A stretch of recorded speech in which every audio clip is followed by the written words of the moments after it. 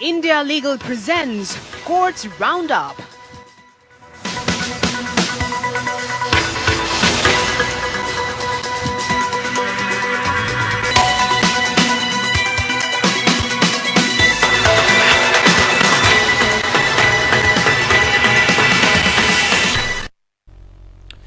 नमस्कार, मैं हूं आपके साथ रविंद्र सिंह। कोर्ट्स राउंडअप में आपका स्वागत है।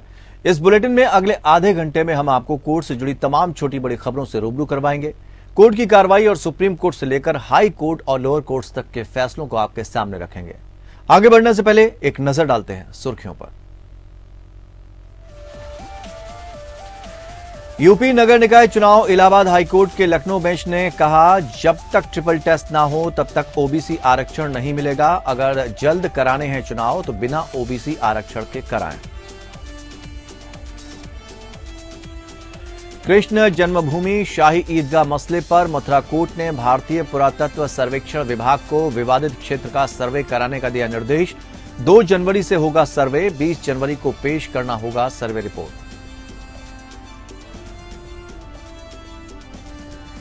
दिल्ली हाई कोर्ट ने कहा कि एनसीटी दिल्ली के तहत सेवाएं अनिवार्य रूप से संघ की सेवाएं हैं। स्पष्ट रूप से संविधान के लिए 70 में शामिल हैं अधिकार। उपराज्यपाल इन मामलों में अपने विवेक से कार्य करें। बॉम्बे हाईकोर्ट से अनिल देशमुख को मिली राहत। जमानत पर रोक वाली सीबीआई की याचिका खारिज। बुधवार को जेल से आ सकते हैं बाहर।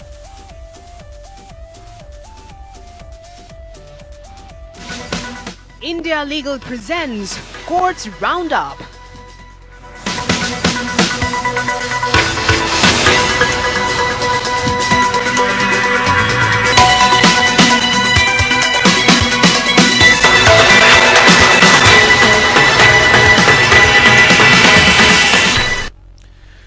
तो कोर्ट्स राउंडअप में सबसे पहले बात करते हैं यूपी निकाय चुनाव को लेकर हाई कोर्ट की लखनऊ बेंच के फैसले को लेकर। दरअसल यूपी निकाय चुनाव को लेकर हाईकोर्ट की लखनऊ बेंच ने बड़ा फैसला दिया है। अदालत ने यूपी सरकार को निर्देश दिया है कि इस बार बगैर आरक्षण के निकाय चुनाव करवाए जाएं। अदालत का कहना है कि जब तक सुप्रीम कोर्ट की तरफ से निर्धारित ट्रिपल टेस्ट न हो तब तक आरक्षण को लागू नहीं किया जाए। हाईकोर्ट ने 2017 के ओबीसी रैपिड सर्वे को नकार दिया। यूपी निकाय चुनाव को लेकर हाईकोर्ट की लखनऊ बेंच ने बड़ा फैसला दिया। अदालत ने यूपी सरकार को निर्देश दिया है कि इस बार बगैर आरक्षण के निकाय चुनाव करवाए जाए। हाईकोर्ट ने 2017 के ओबीसी रैपिड सर्वे को नकार दिया। अब अगर चुनाव होता है तो सभी सीटों को सामान्य माना जाएगा।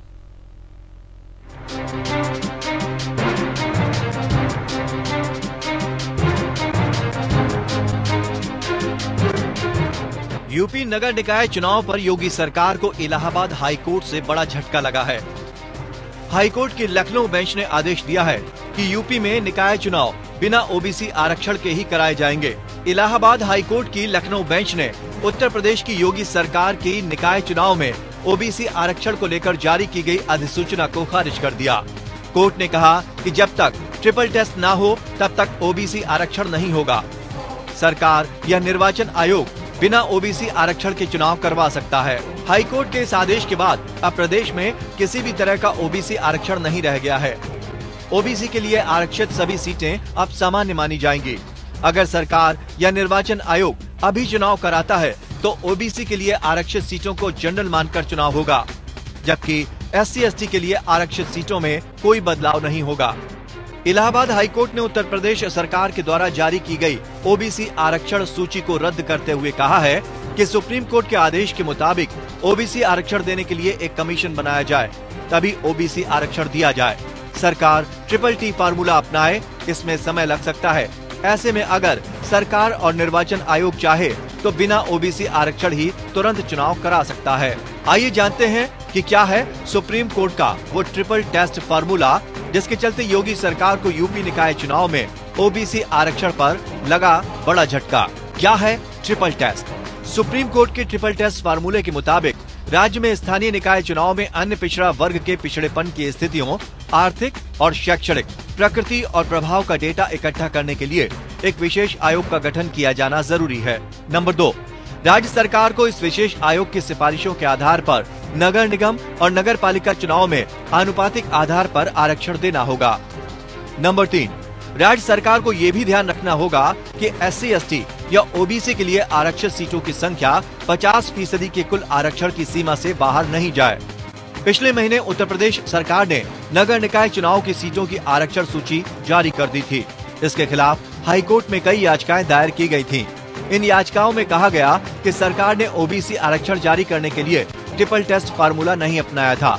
इस फार्मूले को सुप्रीम कोर्ट के निर्देश पर बनाया गया था। Bureau report. अब बात करते हैं कृष्ण जन्मभूमि और शाही ईदगाह विवाद के। कृष्ण जन्मभूमि शाही ईदगाह विवाद मामले में मथुरा कोर्ट ने भारतीय पुरातत्व सर्वेक्षण को आदेश दिया कि वो 2 जनवरी से साइट का सर्वे करें। ASI को 20 जनवरी से पहले नक्शों के साथ अपनी रिपोर्ट जमा करने का निर्देश दिया गया है। हिंदू पक्ष का दावा है कि शाही ईदगाह में स्वास्तिक का चिन्ह मंदिर होने के प्रतीक के साथ ही मस्जिद के नीचे भगवान का गर्भगृह है। अर्जी मथुरा के जिला अदालत में 1 साल पहले दाखिल की गई थी। दाखिल किए गए वाद में हिंदू सेना ने 1968 में श्री कृष्ण जन्मस्थान सेवा संघ और शाही ईदगाह कमेटी के बीच हुए समझौते को चुनौती दी। श्री कृष्ण जन्मस्थान और शाही ईदगाह को लेकर मथुरा कोर्ट में 12 से ज्यादा मामले चल रहे हैं। इनमें सभी में भगवान श्री कृष्ण की 13.37 एकड़ भूमि कब्जा मुक्त करने की मांग की गई है। कोर्ट में श्री कृष्ण विराजमान, श्री कृष्ण जन्मभूमि मुक्ति न्यास, अखिल भारत हिंदू महासभा, भगवान केशव देव के अलावा व्यक्तिगत वाद दाखिल है। उत्तर प्रदेश के मथुरा जिले की एक स्थानीय अदालत ने भारतीय पुरातत्व सर्वेक्षण को निर्देश दिया है कि वह 2 जनवरी के बाद कथित रूप से कृष्ण जन्मभूमि पर बनने वाली शाही ईदगाह मस्जिद का सर्वेक्षण करे। सिविल जज सीनियर डिवीजन तृतिका सोनिका वर्मा की अदालत ने ASI को मामले की सुनवाई की। इसमें कहा गया कि अगली तारीख जो 20 जनवरी है उससे पहले नक्शों के साथ अपनी रिपोर्ट जमा करें। दक्षिणपंथी संगठन हिंदू सेना के राष्ट्रीय अध्यक्ष विष्णु गुप्ता द्वारा दायर एक मुकदमे पर ये आदेश पारित किए गए। याचिका में वाराणसी के ज्ञानवापी मस्जिद परिसर में किए गए सर्वेक्षण के अनुसार शाही ईदगाह के सर्वेक्षण की मांग की गई थी, जहां सर्वेक्षण के दौरान एक शिवलिंग पाए जाने की बात कही गई थी। कटरा केशव देव मंदिर के 13.37 एकड़ के परिसर से 17वीं शताब्दी की शाही ईदगाह मस्जिद को हटाने की मांग करते हुए हिंदू संगठनों द्वारा कई याचिकाएं दायर की गई है, जिसमें दावा किया गया है कि 1669 में मुगल सम्राट औरंगजेब के आदेश पर भगवान कृष्ण के जन्म स्थान पर मस्जिद का निर्माण किया गया था। गुप्ता की ओर से पेश अधिवक्ता शैलेश दुबे ने दलील दी थी कि 8 दिसंबर को उनके दिल्ली स्थित मुवक्किल ने हिंदू सेना के उपाध्यक्ष सुरजीत सिंह यादव के साथ अदालत में ये दावा किया था। दुबे ने कहा कि गुप्ता ने भगवान कृष्ण के जन्म से लेकर मंदिर निर्माण तक का पूरा इतिहास अदालत के सामने पेश किया। मस्जिद की कथित हिंदू वास्तुकला के अलावा याचिकाकर्ताओं ने दावा किया कि साइट पर ओम, स्वास्तिक और कमल जैसे मंदिरों के रूपांकन पाए गए हैं। हिंदू सेना प्रमुख ने श्री कृष्ण जन्मस्थान सेवा संघ बनाम शाही ईदगाह के बीच 1668 में हुए समझौते को अवैध बताते हुए रद्द करने की मांग की। इससे पहले 30 सितंबर 2020 को मथुरा की एक सिविल कोर्ट ने भगवान कृष्ण की जन्मस्थली पर कथित रूप से बनी ईदगाह मस्जिद को हटाने की मांग वाली याचिका खारिज कर दी थी। मथुरा में सिविल जज डिवीजन छाया शर्मा की अदालत ने पूजा स्थल विशेष प्रावधान अधिनियम के तहत बार का हवाला देते हुए याचिका का निस्तारण कर दिया। इस बीच इलाहाबाद उच्च न्यायालय ने मथुरा की अदालत को 2021 के मुकदमे के संबंध में शाही ईदगाह और जहां आरा की मस्जिद की वैज्ञानिक जांच की मांग करने वाले एक आवेदन पर शीघ्र निर्णय लेने का आदेश दिया है। Bureau report. शीर्ष अदालत ने उत्तर प्रदेश सरकार को स्वास्थ्य कर्मियों के पद पर महिलाओं के एक समूह की नियुक्ति करने का आदेश दिया है। समय पर अनापत्ति प्रमाण पत्र प्रस्तुत करने में विफल रहने के कारण उनके आवेदन खारिज कर दिए गए थे। सुप्रीम कोर्ट ने हाई कोर्ट के फैसले को दरकिनार किया।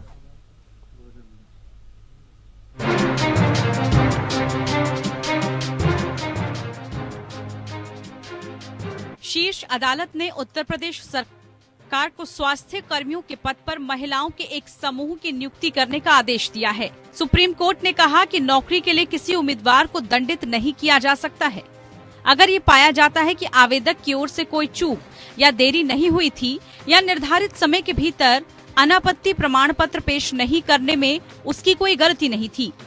समय पर अनापत्ति प्रमाण पत्र प्रस्तुत करने में विफल रहने के कारण आवेदन खारिज कर दिए गए थे।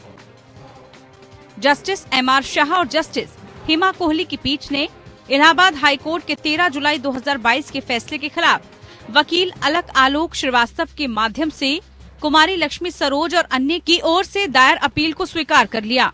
15 दिसंबर 2021 को उत्तर प्रदेश सरकार ने महिला स्वास्थ्य कर्मियों के पद पर आवेदन आमंत्रित किए थे। उम्मीदवारों के लिए उत्तर प्रदेश नर्स और मिडवाइस काउंसिल लखनऊ के साथ पंजीकृत होना आवश्यक था। मध्य प्रदेश परिषद में पंजीकृत सभी अपीलकर्ताओं ने भी परीक्षा दी थी। दस्तावेजों के सत्यापन के दौरान ही उम्मीदवार की पात्रता पर विचार किया जाना था। एक को छोड़कर सभी अपीलकर्ताओं ने यूपी काउंसिल पंजीकरण के लिए आवेदन किया था। मध्य प्रदेश परिषद ने एनओसी दे दी थी, लेकिन यूपी काउंसिल ने पंजीकरण जारी करने में देरी की। इसलिए सुप्रीम कोर्ट ने कहा कि नौकरी के लिए किसी उम्मीदवार को दंडित नहीं किया जा सकता है अगर ये पाया जाता है कि आवेदक की ओर से कोई चूक या देरी नहीं हुई थी या निर्धारित समय के भीतर अनापत्ति प्रमाण पत्र पेश नहीं करने में उसकी कोई गलती नहीं थी। अपीलकर्ताओं ने हाईकोर्ट के समक्ष रिट याचिका दायर की, लेकिन हाईकोर्ट ने उनकी याचिका को खारिज कर दिया। शीर्ष अदालत ने कहा कि यूपी काउंसिल पंजीकरण नहीं पेश करने में अपीलकर्ताओं की कोई गलती नहीं थी। पीठ ने सुप्रीम कोर्ट के एक पूर्व आदेश का हवाला देते हुए कहा कि हाईकोर्ट का आदेश सही नहीं है। पीठ ने हाईकोर्ट के फैसले को दरकिनार करते हुए कहा कि हाईकोर्ट ने शीर्ष अदालत के उस आदेश की गलत व्याख्या की है। सुप्रीम कोर्ट ने यूपी सरकार समेत अन्य प्रतिवादियों को 6 सप्ताह की अवधि के भीतर अपीलकर्ताओं को स्वास्थ्य कार्यकर्ता के पद पर नियुक्ति करने का निर्देश दिया है, बशर्ते वो अन्य पात्रता मानदंडों को पूरा करती हो। पीठ ने ये भी स्पष्ट किया कि अपीलकर्ता अपनी वास्तविक नियुक्तियों की तारीख से सभी लाभों की हकदार होंगी। Bureau report, APN news. Delhi विधानसभा के सचिव पद से एक व्यक्ति की बर्खास्तगी को चुनौती देने वाली याचिका को खारिज करते हुए दिल्ली हाईकोर्ट ने कहा है कि राष्ट्रीय राजधानी क्षेत्र दिल्ली के तहत आने वाली सेवाएं अनिवार्य रूप से केंद्र की सेवा है। जस्टिस चंद्रधारी सिंह ने कहा कि दिल्ली में स्पष्ट रूप से कोई राज्य लोक सेवा आयोग नहीं है और उपराज्यपाल की मंजूरी से दिल्ली विधानसभा में पद क्रिएट किए जा सकते हैं। उन्होंने बताया कि उपराज्यपाल इस उद्देश्य के लिए कॉम्पिटेंट अथॉरिटी हैं। अदालत ने 23 दिसंबर के अपने आदेश में कहा, एनसीटी दिल्ली के तहत सेवाएं अनिवार्य रूप से संघ की सेवाएं हैं और उन्हें स्पष्ट रूप से संविधान की केवल सूची 1 की प्रविष्टि 70 में शामिल की गई या 70 में शामिल किया गया है। उन्होंने बताया कि दिल्ली एनसीटी की विधानसभा के पास राज्य सूची की प्रविष्टि 1, 2 और 18 और संघ सूची की प्रविष्टि 70 के तहत आने वाले किसी भी विषय के संबंध में कानून बनाने की कोई विधायी क्षमता नहीं है। अदालत ने कहा, राष्ट्रीय राजधानी क्षेत्र दिल्ली अधिनियम 1991 की धारा 41 के मद्देनजर उपराज्यपाल को इन मामलों के संबंध में अपने विवेक से कार्य करने की आवश्यकता है, न कि मंत्रिपरिषद की सहायता और सलाह पर। उन्होंने बताया कि याचिकाकर्ता को तत्कालीन विधानसभा अध्यक्ष की मंजूरी के बाद दिसंबर 2002 में दिल्ली विधानसभा के सचिव के रूप में नियुक्त किया गया था, लेकिन मई 2010 में दिल्ली सरकार के सेवा विभाग की सेवा समाप्त करने के बाद उन्हें इस पद से हटा दिया गया था। अदालत ने माना कि दिल्ली विधानसभा के सचिव पद पर नियुक्तियां दिल्ली विधानसभा अध्यक्ष के कार्यालय के दायरे से बाहर है, क्योंकि उपयुक्त नियुक्ति उपराज्यपाल कर सकते थे। उसने कहा कि याचिकाकर्ता की नियुक्ति धोखाधड़ी से प्रभावित और कानूनी रूप से प्रभावी नहीं थी। अदालत ने याचिका को खारिज करते हुए कहा कि याचिकाकर्ता की नियुक्ति कानून के खिलाफ है और इसकी इजाजत नहीं दी जा सकती और सेवा से हटाए जाने को अवैध नहीं कहा जा सकता।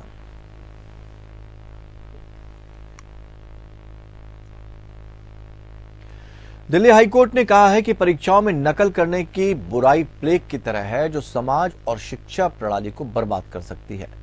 अनुचित साधनों का इस्तेमाल करने वालों से सख्ती से निपटा जाना चाहिए।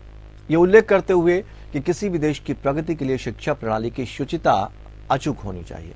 चीफ जस्टिस सतीश चंद्र शर्मा और जस्टिस सुब्रमण्यम प्रसाद की पीठ ने कहा कि अनुसूचित साधनों का सहारा लेने वाले छात्र राष्ट्र का निर्माण नहीं कर सकते।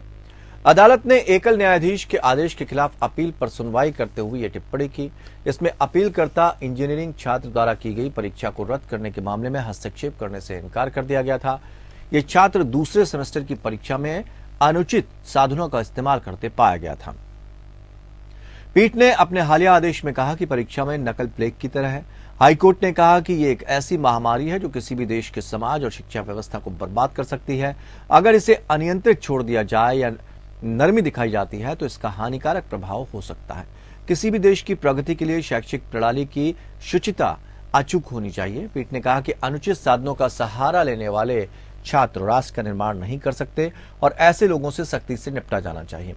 अदालत ने अपील खारिज कर दी और कहा कि एकल न्यायाधीश के आदेश में किसी तरह के दखल की जरूरत नहीं है। बॉम्बे हाईकोर्ट ने भ्रष्टाचार मामले में राज्य के पूर्व गृह मंत्री अनिल देशमुख की जमानत के आदेश पर रोक लगाने से इनकार कर दिया, क्योंकि सीबीआई ने जमानत आदेश पर रोक की अवधि बढ़ाने की मांग करते हुए वैकेशन बेंच का दरवाजा खटखटाया था। जस्टिस संतोष चपलगांवकर ने नियमित अदालत के पहले के आदेश के आलोक में सीबीआई की याचिका पर विचार करने से इनकार कर दिया और कहा कि आगे जमानत पर रोक के आदेश को अब और नहीं बढ़ाया जाएगा। जस्टिस एमएस कार्णिक की सिंगल जज पीठ ने 21 दिसंबर को जमानत आदेश के प्रभाव को 27 दिसंबर तक रोका था। यह स्पष्ट किया जाता है कि किसी भी परिस्थिति में रोक बढ़ाने के अनुरोध पर विचार नहीं किया जाएगा। जमानत आदेश को चुनौती देने के मामले में सुप्रीम कोर्ट के समक्ष सुनवाई नहीं हो पाने के बाद सीबीआई ने हाईकोर्ट का दरवाजा खटखटाया था। सुप्रीम कोर्ट 2 जनवरी 2023 तक छुट्टियों के कारण बंद है। जस्टिस कार्णिक ने 12 दिसंबर को देशमुख को जमानत देते हुए जमानत आदेश को 10 दिनों के बाद प्रभावी बनाया था, ताकि सीबीआई तब तक इसे चुनौती देने के लिए सुप्रीम कोर्ट का रुख कर सके। देशमुख का जमानत आदेश बुधवार 28 दिसंबर से प्रभावी हो जाएगा। देशमुख 2 नवंबर 2021 से हिरासत में है। हाईकोर्ट ने पूर्व गृह मंत्री को मनी लॉन्ड्रिंग मामले में भी जमानत दी थी, जिसे सुप्रीम कोर्ट ने खारिज करने से इनकार कर दिया था। सीबीआई ने देशमुख के खिलाफ भ्रष्टाचार निवारण अधिनियम की धारा 7 और भारतीय दंड संहिता की धारा 120B के तहत अपराधों के लिए मामला दर्ज किया था। याचिका के मुताबिक प्रारंभिक जांच से प्रथम दृष्टया पता चला है कि देशमुख के खिलाफ एक संज्ञेय अपराध बनता है, जहां उन्होंने अज्ञात अन्य लोगों के साथ सार्वजनिक कर्तव्य के अनुचित और बेईमान प्रदर्शन के लिए अनुचित लाभ प्राप्त करने का प्रयास किया था। सुप्रीम कोर्ट के समक्ष 16 दिसंबर को दायर सीबीआई की याचिका में कहा गया है कि हाईकोर्ट ने जमानत देते हुए गंभीर त्रुटि की है, क्योंकि वो देशमुख को जमानत देने के परिणाम पर विचार करने में विफल रही, जबकि आगे की जांच अभी भी लंबित है।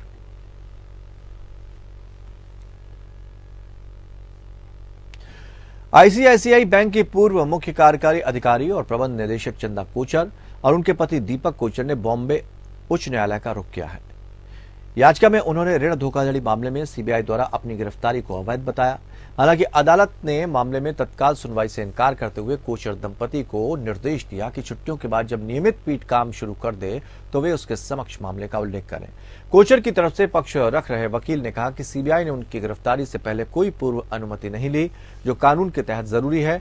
सीबीआई ने शुक्रवार रात को कोचर दंपति से संक्षिप्त पूछताछ के बाद उन्हें गिरफ्तार कर लिया था। उसने आरोप लगाया कि उन्होंने जवाब देने में टाल मटोल किया और जांच में सहयोग नहीं किया।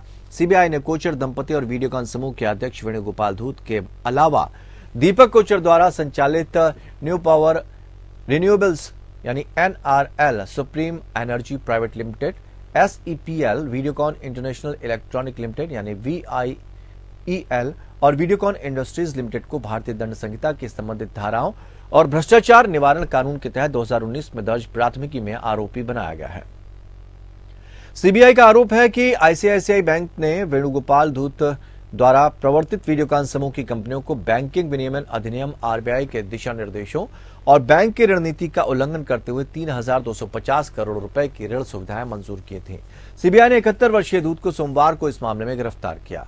सीबीआई का आरोप है कि चंदा कोचर की अध्यक्षता वाली मंजूरी समिति ने 2009 में लोक सेवक के रूप में अपनी आधिकारिक हैसियत का दुरुपयोग करके बैंक के नियमों और नीतियों का उल्लंघन कर VIEL को 300 करोड़ रुपए का सावधि ऋण स्वीकृत किया। सीबीआई ने आरोप लगाया कि ऋण दिए जाने के अगले ही दिन दूत ने SEPL के जरिए VIEL से 64 करोड़ रुपए NRL को स्थानांतरित कर दिए। कोचर दंपति और धूत को 28 दिसंबर तक सीबीआई हिरासत में भेजा गया था।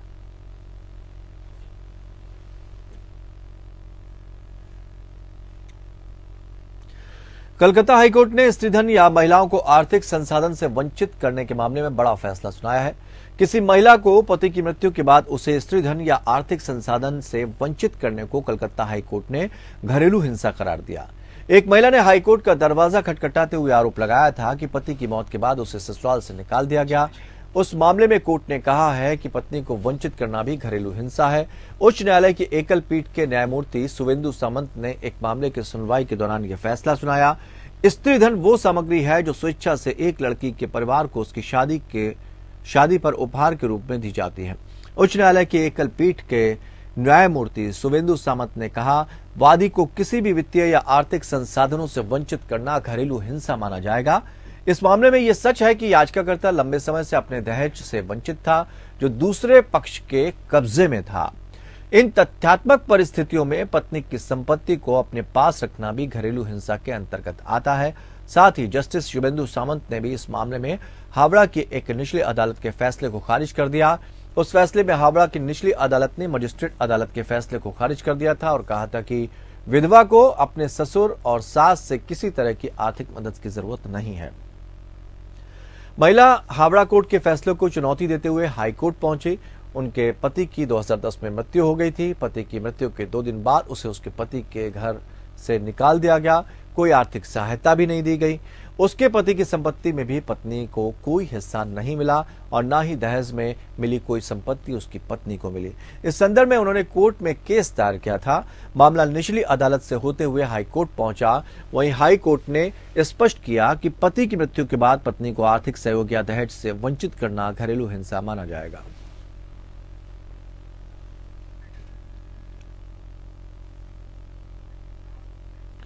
तो कोर्ट साउंड ऑफ में फिलहाल इतना ही, लेकिन खबरों का सफर लगातार जारी रहेगा। जुड़े रहिए हमारे साथ। India Legal presents Courts Roundup.